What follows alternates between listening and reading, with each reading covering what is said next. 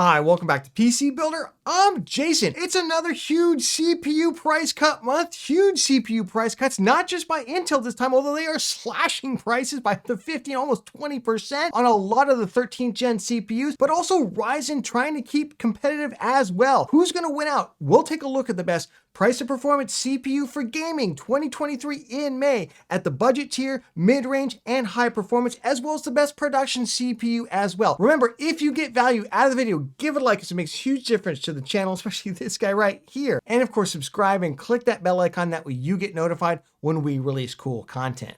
With that, let's jump into it. Before that, this video is sponsored by VIP SCD Key. Say goodbye to crazy expensive Windows 10 licenses and that terrible Activate Windows 10 watermark. Right now, use the links in the video description, head over to VIP SCD Key, and get a Windows 10 Home or Pro OEM license for a great price. Pick your product license, then use the PC Builder discount code PC25 for an additional 25% off. Go to the activation settings on your PC, put in the code, and boom, you have a fully licensed Windows 10 for a crazy low price, which can be upgraded for free to Windows 11. Use the links in the video description below. Let's start out with our CPU pricing update, and you can see huge price cuts. In fact, the crazy thing is that I was actually thinking about not even doing this video this month because prices seem so flat. That is until this weekend. And Intel hugely slashed prices across the board. Let's jump into this i3 12100. Could it be down to $89, a 10% price reduction month over month? We are back in the realm of $80 CPUs. There it is right now, available from Amazon.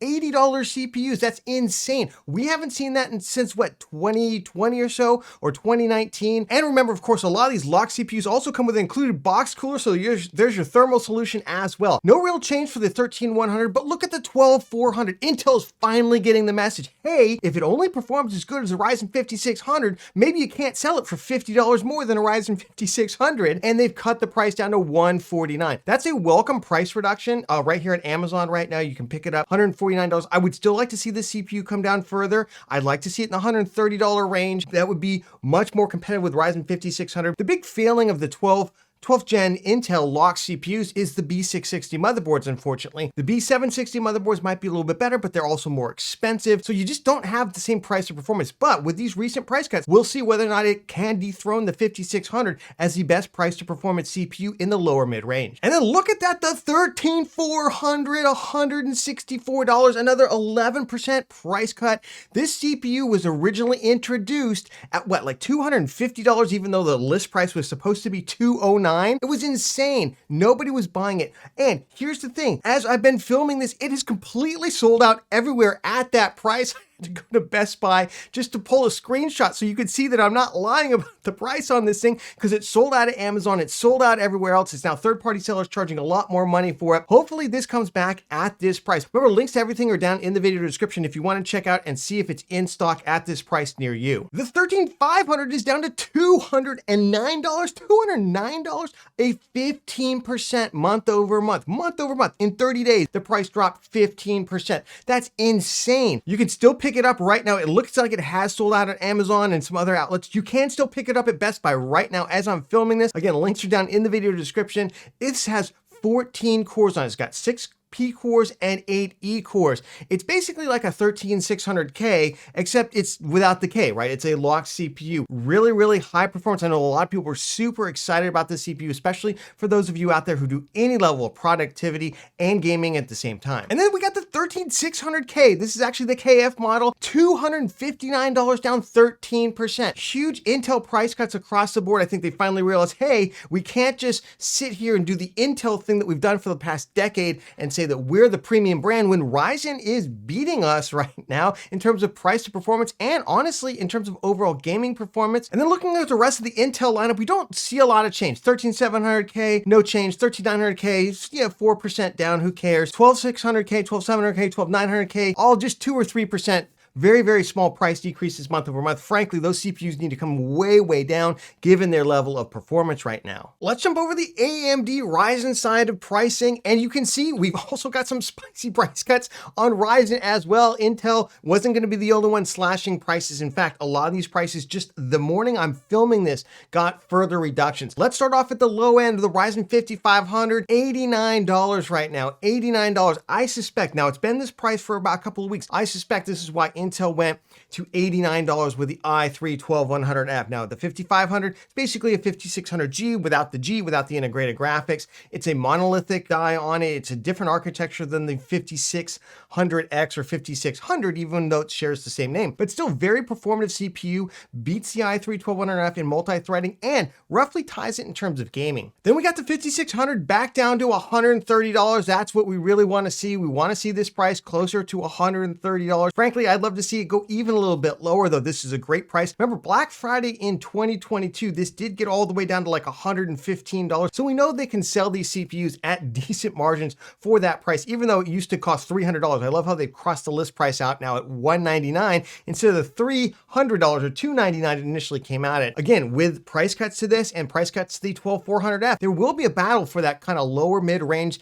in terms of building a new gaming PC. A slight price decrease, kind of back to where the 5700X was 2 months ago to $181. Remember last month it creeped back up to $193, so roughly on par with where it's been. 5800X 3D, small price decrease, back down to $318. Continues to hover at like that $300, actually right now $315. Just moments ago, it looks like it went down another $5 or so, $4. So $314. Again, continues to hover right above $300 to about $320. Then we got the 5900X. Yeah, huge price cut, but kind of who cares? In fact, let me know down in the comments, should I just drop off the 5900X and 5950X off of this CPU list because they've largely been outshone in price to performance and just pure performance at those price levels. Jumping over to the Ryzen 7000 side of things, we can see that AMD actually kind of has a problem. They have too many CPUs, and they're actually creating price pressure on each other. It's totally weird. Let's actually jump into the middle because I don't see a lot of movement around the 7600, 7600X. Great value at $214. We'll look at the best price to performance CPUs for gaming, both at the budget, mid-range, and high performance later in the video. But jumping over to Ryzen 7700X, it's down to $297. $297 right now at Amazon, sold by Amazon. It's not like some crazy third-party seller here. $297 for the CPU. Really, really good price. Remember, this CPU, yes, I know a lot of people got super excited about the 7800X 3D, and we'll see how it compares later in the video, but the 7700X was kind of the top CPU in terms of gaming up against the 13900K before the X3D CPUs came out. And at $297, it's very, very compelling price. But I think its major problem right now is the fact that the 7900 got price cuts, and that's pushing everything down, because why would you buy the 7700 at $320 when look at that, $382 get you a 7900 or 7900X. Right now, again, sold and shipped from Amazon. The 7900X, remember, does not come with a thermal solution. The 7900 does come with the Wraith Prism cooler, super nice cooler to be included. Obviously, it's not the best cooler in the world, but it looks nice and it does the job for that CPU. $382 right now. And I think AMD's major problem is with all these X3D CPUs, and they're trying to like introduce all this price iteration. They've actually compressed their own prices right now. That's why we see the 7900X getting price decreased, because the 7950X had to come down because the 7950 X3D was introduced. So it's like, it's just kind of like pancaking everything together right now. And as a result, I think we're seeing lower prices for like the 7900, 7900X that aren't really selling that well. For the rest of the CPUs, not a big change. Again, 7950X down, 5% down to 555. Again, as a result of the 7950X 3D being there. 7950X 3D, I think it's just kind of low stock situation, has gone back up to the MSRP of $699, had gone down to $671 last month, so it's up 4%. Let's jump into the news, and oh my gosh, have we had a lot of news about exploding CPUs. We will get to 14th gen Intel, whether or not you should wait for it, whether or not it's actually launching. But first, let's talk about exploding CPUs. Gamers Nexus did a lot of really hard-hitting investigative journalism on this, and I'll leave links to their videos down in the description. They're relatively long. But let me put this in a nutshell. CPUs were exploding. Oh my gosh, how do they explode? Now, this appears to be limited to the X3D CPUs on ASUS motherboards. What was happening here in a nutshell is that when you were plugging in the AMD Expo timing memory and you were setting the Expo timings, the SoC voltage that has to do with the DRAM and the CPU, when you do those settings, was setting the voltage to a much higher number, a much higher actual voltage than it was actually reading out in the BIOS, or it was supposed to set. And as a result, these CPUs were basically degrading over time because the voltage was just too much. And with certain ASUS motherboards, they had set the overcurrent protection on the motherboard itself too high, so that when the CPUs began to experience a critical failure, it didn't just shut off power to the CPU. Instead, it just built up and completely kaboom, exploded. That's really, really bad. And of course, ASUS handled this as badly as any of the brands have handled any of their blunders recently. Really shocking because ASUS builds itself as a very, very super premium brand. So obviously, Gamers Nexus beat ASUS up and they kept shifting the blame. They wanted to shift the blame to AMD, to others. Finally, they went ahead and they did take responsibility for it, and they put out a statement that not only would they fix this, but that they would also go ahead and they would honor warranties, including for AMD Expo, Intel XMP, and DOCP memory configurations. MSI, here's a non-tech, gave a statement. MSI gave a statement to them in terms of kind of the same thing, as did Gigabyte put out its own statement, and ASRock put out its own statement as well, in terms of saying, hey, we're going to fix this, we'll get it fixed. We don't worry about it. But I do think it exposed one of the kind of underbellies, unfortunately, of the PC building industry, which is that they want to tout all these kind of cool features like Intel XMP, memory overclocking, AMD Expo timings. Here's AMD's Expo timings, but then, and you see, look how cool it is with Expo timings. And here's all our partners. You should definitely do this. You should definitely set this stuff up. And then you click the footnote down here and it says, oh, overclocking and or undervolting AMD processors and memory, including without limitation, altering clock frequencies, blah, blah, blah, blah, blah, to operate outside of AMD's published specifications will void any applicable AMD product warranty, even when enabled via AMD hardware and or software. So this means if you use this feature, it voids the warranty. And this has been a problem, not just recently. It's not just with AMD. Intel does the same thing with XMP. This has been a problem, and all the board manufacturers effectively have language to this as well, even though they completely tout how awesome their memory overclocking is and how their boards are compatible up to this speed. This has been a problem. Honestly, in my opinion, this language needs to go. It absolutely needs to go. If somebody is simply setting and forgetting an XMP, a DOCP, or an Expo timing, this cannot apply. And here's the thing. In the past, when I've gone to RMA boards, I don't even believe they have ever asked me what I was running. And they went ahead and accepted the RMA and the board. So, but you shouldn't have language in here. I don't care what the practice is. You should not have language in here like this that basically says, hey, your warranty is crap. We don't care about your warranty. If you use all of our cool features that we spend all this time advertising. You actually have to click this footnote, by the way. This is how the page loads without the footnote. You have to click it down. So to me, this is predatory.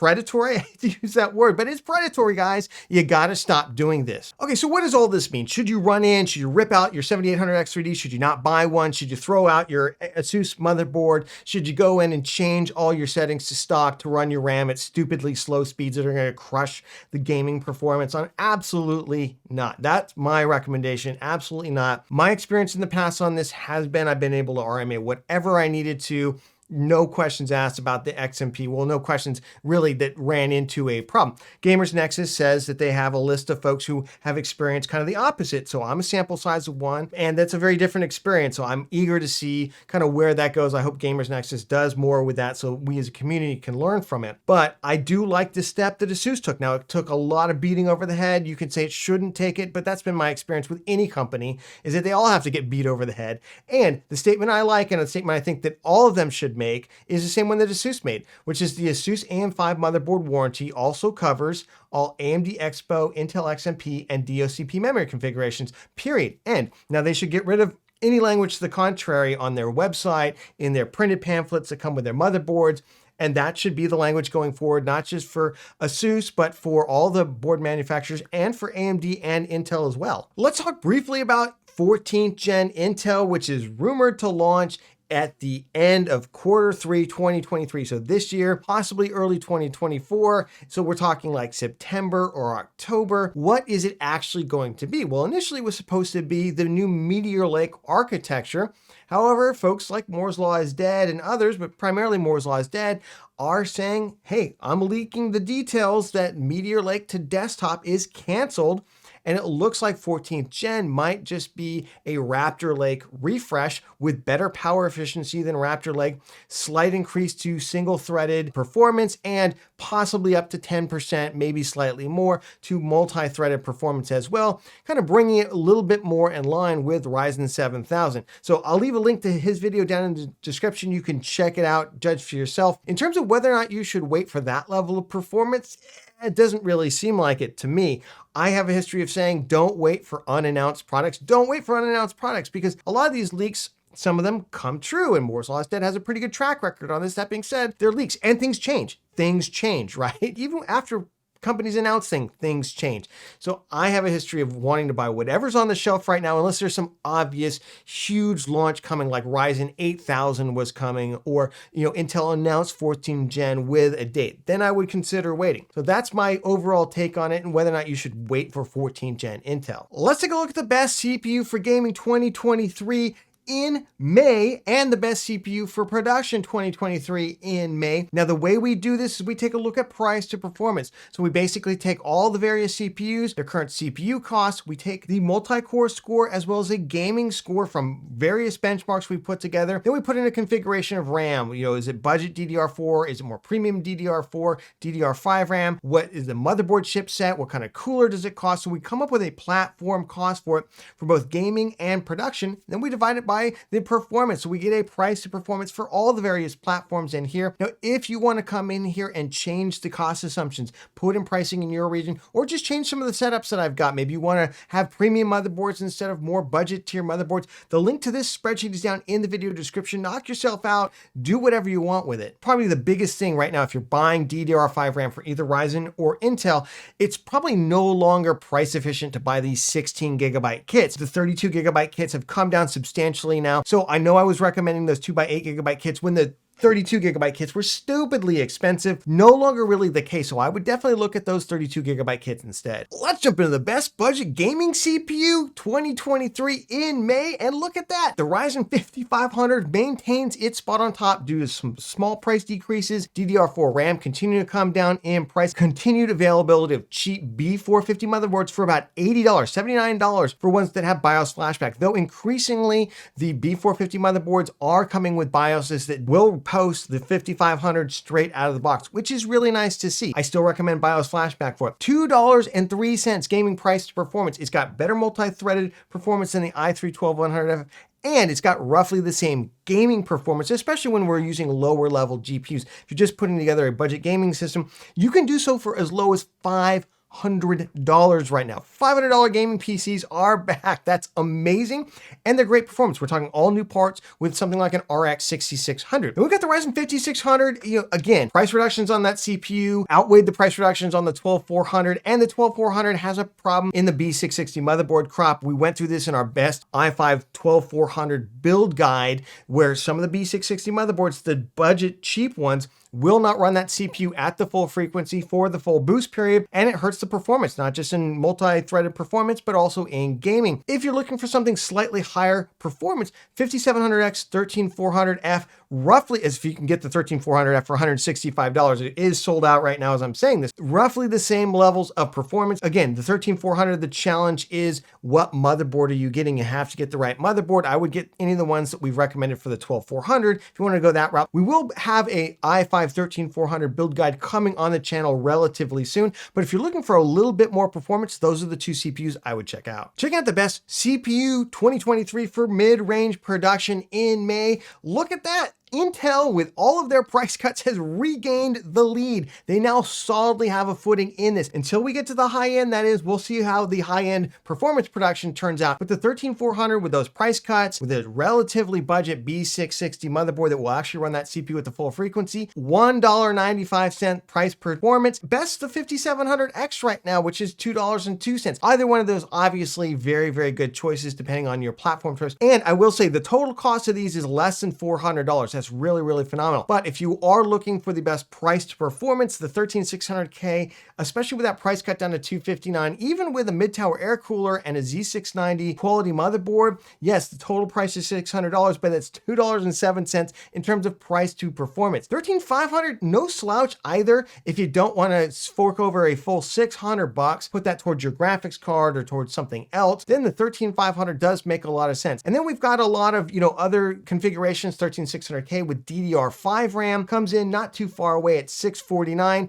Maybe you consider that since it's only $50 more than the DDR4 configuration. And then honestly, Ryzen's got some work to do here. I think the 7700X needs to come down. I think some of the other CPUs in terms of the performance, if you're just looking at productivity, need to come down a little bit. Jumping over to the best mid-range gaming CPU in 2023 May, and look at that. This is where the gaming score, remember, is 120 or greater. That it's a slight change from last month where I felt like we were filtering out a couple CPUs that were right there at 120, and we've also readjusted some of the scores in this, and the total price is less than $650 for $250 more than the budget category. Look at that, the 5700X, 13400, both very, very good choices, but in terms of overall performance, the Ryzen 7600, it doesn't really cost that much more. It's about $90 more in total gaming cost, $444 versus either $336 or $349. And look at the price to performance. It's about $3 in terms of price to performance. And look at the overall score, 148. Biggest beneficiary, I think, not just slight price decreases on the 7600 over time, but the introduction of significantly cheaper B650 motherboards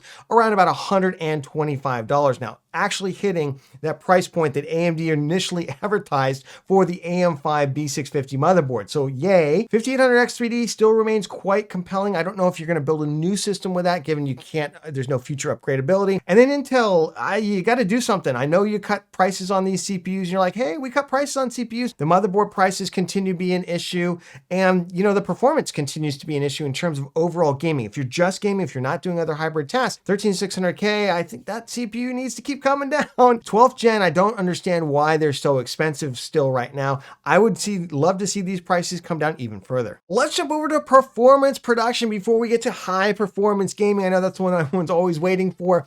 And look at that right now in terms of performance production, even with some price reductions to the 7950X and 13900K, they're still dead heat, a total dead heat, $1.99 price to performance for each one of them. They roughly cost the same. That's with a quality Z690 or Z790 motherboard or a quality B650 motherboard. So it has upgraded audio, upgraded other features on it. So like for like, the features are like for like on it, and the multi-core scores are dead even. The big difference between the two is probably the fact that 7950X uses a lot less energy, requires a lot less cooling. Although cooling is already factored in terms of the cost here, to me, 13900K, possibly a dead platform. Maybe there's a 14th gen upgrade, but you wouldn't buy 13th gen now to then upgrade to 14th gen. And then the Ryzen 7000 series CPUs, AM5 is going to keep going. There will be a Ryzen 8000 or 9000, whatever they want to call it, possibly even another CPU introduced after there where you can upgrade the overall performance. So that kind of hangs heavy over like the 13700K and 13900K, making even something like the 7900X look really, really attractive. Though honestly, if you can scrape together the extra $200 or so, 7950X just seems to make so much more sense. Let's get to the best CPU for gaming 2023, bar none. Basically, forget the price. We'll look at price to performance, but we'll also look at maximum performance. This is just where the gaming score is greater than or equal to 145. So we just have the high end right here. So you better be pairing these with a super high end GPU. Although honestly, the Ryzen 7600, 7600X, look at that insane price efficiency on that $3 price to performance. Again, it's just a super performative CPU. And I know people, well, why not get the 7700, 7800X3D? Because you can get the 7600 right now for $214, put together the whole platform on it. And then you can upgrade that CPU later. You could drop in an 8800X3D or 9800X3D or whatever they're going to call the next generation Zen 5 or even possibly Zen 6 if it's on AM5. The 5800X3D I think just falls behind in terms of its attractiveness, not quite as performant as the 7600X, not future upgradability, but if you already own AM4, it seems to make a lot of sense to just go ahead and swap that out to the 5800X3D. And then where's Intel here? Intel, we've lost you. The 13900K, even with DDR5 RAM, is all the way at the bottom of this chart. AMD changed the game with the 7800X3D right up here, 161 on the gaming score. The platform cost is just, I say just, $819. Again, we're pairing this with like a 7900 XTX, an RTX 4080, a 4090, super high performance CPU, especially at 1440p, I think is a sweet spot for this CPU. Otherwise, a lot of the CPUs on here, including the 7950X3D, the 7900X3D, kind of dead to me. You're dead to me, all right? You're gonna go away or cut your prices, either one. Because right now, the 7800X3D is super high performance. 7600X is right there at the high end of the mid-range. So let's play everyone's favorite game. Should you buy now or should you wait? So if you're at the high end right now, you're not waiting for anything. The GPUs that you're looking for are out there, the CPUs that you're looking for are out there. So if you're gonna buy an RTX 4090, a 4080, 7900 XTX, then yeah, I would consider any of the CPUs along the lines of like the 7700, 7700X, or the 7800X3D. If you're looking for a production system, the 7950X, just go out and buy it. Don't even think twice about it. If you're more in the mid-range, the Ryzen 7600 just makes so much sense right now. So much sense right now. Intel needs to continue to cut prices on their 13th gen Intel systems in that mid-range. Those price cuts were nice, but they haven't gotten them there unless you're primarily production focused. And then Intel just seems to make a lot more sense in the mid-range in terms of production. At the budget level, I could definitely see people waiting just based on the GPUs. What's going to happen with the 7600 right now? We'll find that out. What they're going to do with the 4060, $300 for 8 gigs of VRAM.